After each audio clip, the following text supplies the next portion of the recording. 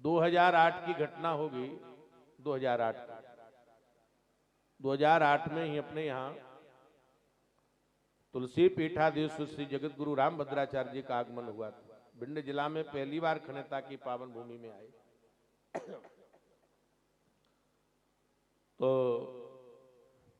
हम लोग कार्तिक के महीने में इटारसी कथा करने के लिए गए। द्वारकाधीश का मंदिर था, बहुत भीड़ थी, बड़ा आयोजन था।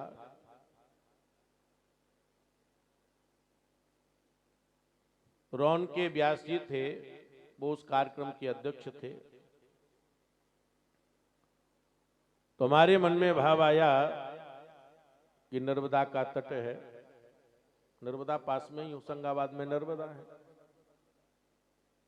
तो हमने कहा यहाँ कोई पुराने पंडित हों, पठित हों, तो मंच से उनका स्वागत किया जाए।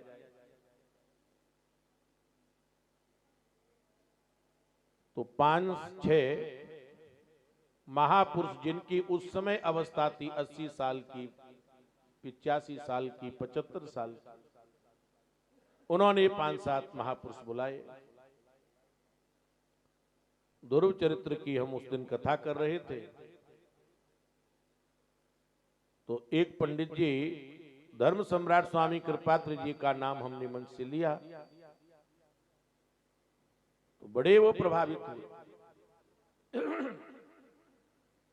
एक बेटा एक बेटी थी उनके।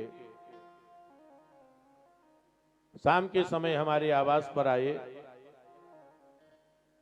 तो बहुत उन्होंने भूर प्रशंसा की और हमसे कहा कि पंडित जी, हम जब काशी में विद्या अध्ययन करते थे तो उस समय स्थिति ये थी कि यदि हमको सुबह भोजन मिल जाता तो शाम के भोजन के विषय में सोचना पड़ता था।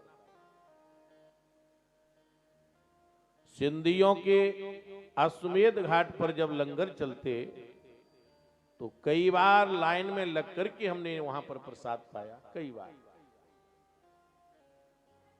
मन में बड़ा भारी कष्ट होता था कि हम यज्ञों भी धारण किए हैं, त्रिकाल हम संध्या करते हैं, त्रिकाल संध्या, और यहां इस प्रकार से प्रसाद पाना हमारे लिए उचित नहीं है। परंतु करते क्या, योग ऐसा बना कि धर्म सम्राट स्वामी कृपात्री जी महाराज अपनी गाड़ी में बैठ करके आ रहे थे। तो हम उनकी गाड़ी के सामने रोड पर लेट गए। अब जब हम सामने लेट गए तो गाड़ी रुक गई। ड्राइवर आया, उसने बहुत प्रयास किया हमको उठाने का, परंतु हम खड़े नहीं हुए। मन में यही भाव था कि स्वामी जी का कहीं स्पर्श हो जाएगा तो हम इस पाप से मुक्त भी हो जाएंगे। तो स्वामी जी बड़े दयालु, दंड लेकर के, खड़ा मुंह पहन करके खटपट हमारे पास में आए और हाथ पकड़ा। तत्काल हम खड़े हो गए।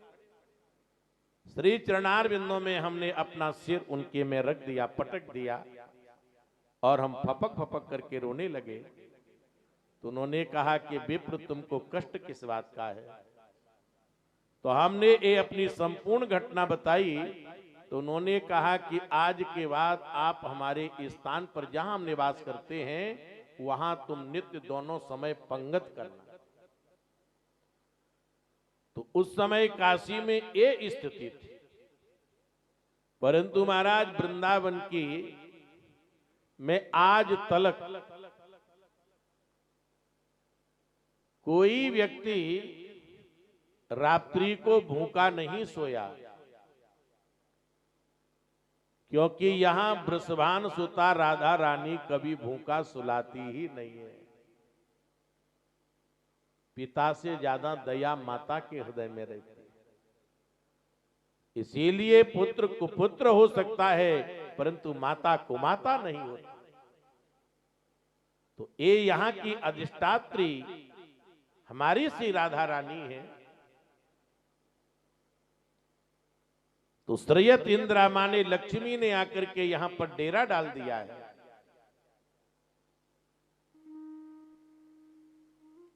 गोपियां कहती हैं कि हे नंद नंदन, न खल गोपिका नंदनो भवः, तुम केवल यशोदा नंदन नहीं हो, तुम समस्त ब्रजवासियों के प्राणों के प्यारे हो।